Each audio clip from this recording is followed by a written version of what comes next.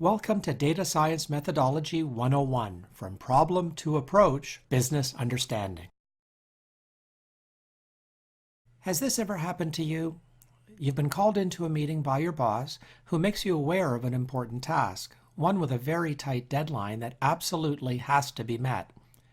You both go back and forth to ensure that all aspects of the task have been considered, and the meeting ends with both of you confident that things are on track.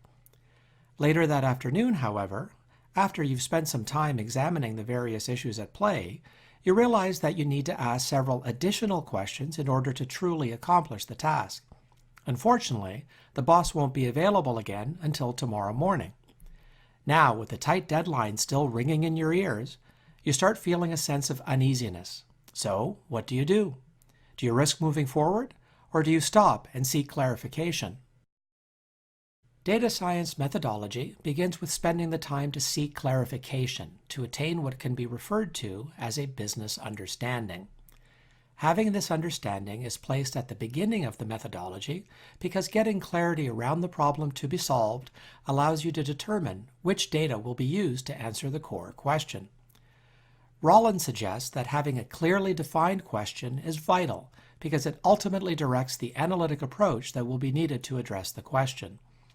All too often, much effort is put into answering what people think is the question, and while the methods used to address that question might be sound, they don't help to solve the actual problem.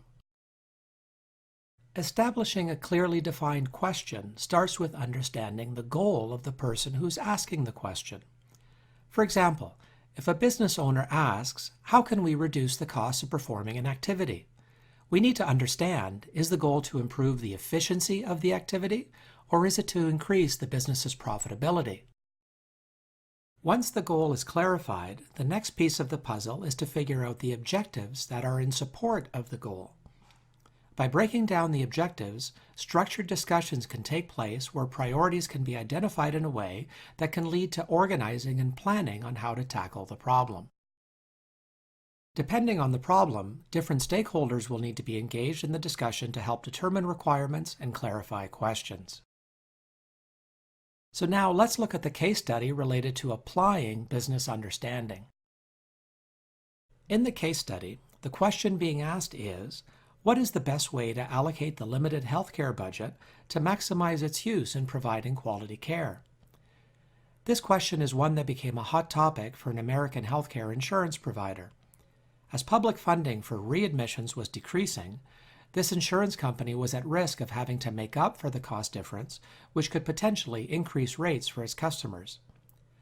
Knowing that raising insurance rates was not going to be a popular move, the insurance company sat down with the healthcare authorities in its region and brought in IBM data scientists to see how data science could be applied to the question at hand.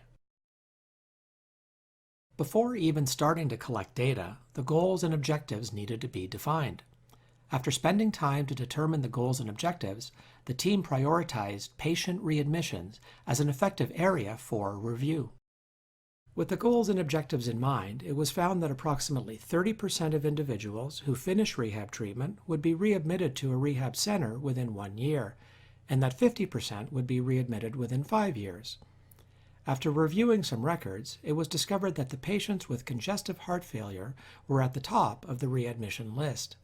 It was further determined that a decision tree model could be applied to review the scenario to determine why this was occurring. To gain the business understanding that would guide the analytics team in formulating and performing their first project, the IBM data scientists proposed and delivered an on-site workshop to kick things off. The key business sponsor's involvement throughout the project was critical in that the sponsors set overall direction, remained engaged and provided guidance, and ensured necessary support where needed. Finally, 4 business requirements were identified for whatever model would be built, namely, predicting readmission outcomes for those patients with congestive heart failure, predicting readmission risk, understanding the combination of events that led to the predicted outcome, and applying an easy-to-understand process to new patients regarding their readmission risk. This ends the business understanding section of this course. Thanks for watching.